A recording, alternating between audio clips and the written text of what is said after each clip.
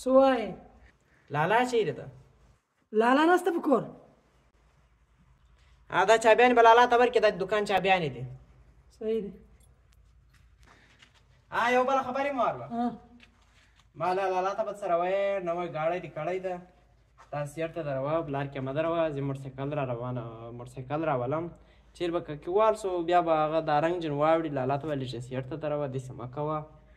هو لالا به ګناه خوا بده کړي، ما خو زوړ موټرسایکل ده، دې نوی موټر ده، دا موټر کې به ګناه دا موټرسایکل ورشي، زوړ موټرسایکل ده، ګناه به چپی سي، بیا به یو څه پرې وشي، تاسې لالا بیا خفه کېږي راچه.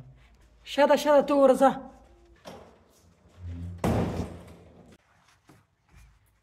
دا ورور دې راغلی و، دا چابیانې در واخله.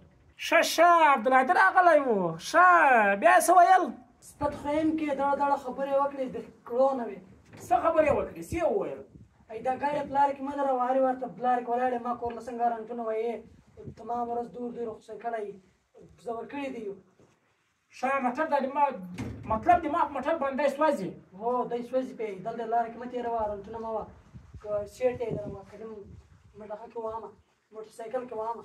موټرسایکل کې وهمه؟ هو بیا به یې رنګ اوښتی. شه نو دا بیا څرنګه دا خبر کوله؟ څخه تا ورور دی. خو زه به اوس ټلیفون در وکوم، زه ټلیفون در وکوم یو دی. چیرې عبدالهادي؟ په منډه به یې ورته دلته ما ته راسې، زموږ کور ته ځان راوته، په منډه راسه، چابک چابک راځه، چې پاته نه سي، په یو منټ کې راسه. اوس دا راځي به تا تر وخته بې عزته کړمه چې یاد بې لري. لالا څه دې ویل؟ السلام علیکم. زما خو مې نه غواړي سلام جواب درکړم، بیا مو ورور به یې. چلو صحیح ده، پوښتنه به درسره وکوم. جوړ یې خیر. دې خوا ته راسه، دې خوا ته راسه، دې خوا ته راسه.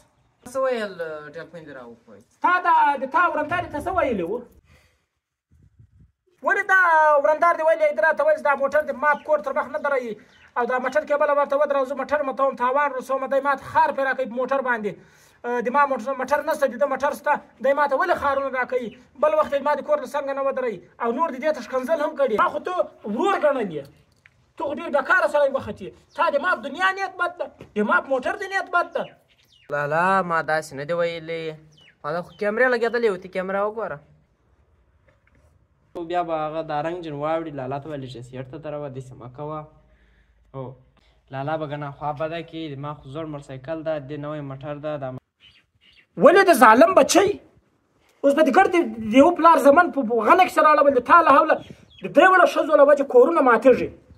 یارانو دا میسج موږ د دې دپاره کوو، اکثره خلک چې دي د غلط فهمیو له وجې، او د اکثره خلک بیا د خپلو ښځو له وجې له خپلو ورونو سره په غنه کې اوښتي وي. دا موږ تاسو دپاره یو میسج وکاوو، یو ډېر ضروري میسج ده. همیشه ستاسې یو د ورور کیسه وي، لا د بل ورور سره جنجال وي، نو تاسې اول تحقیق کوئ د خبرې. دا میسج موږ د دې دپاره پرې ایښی ده.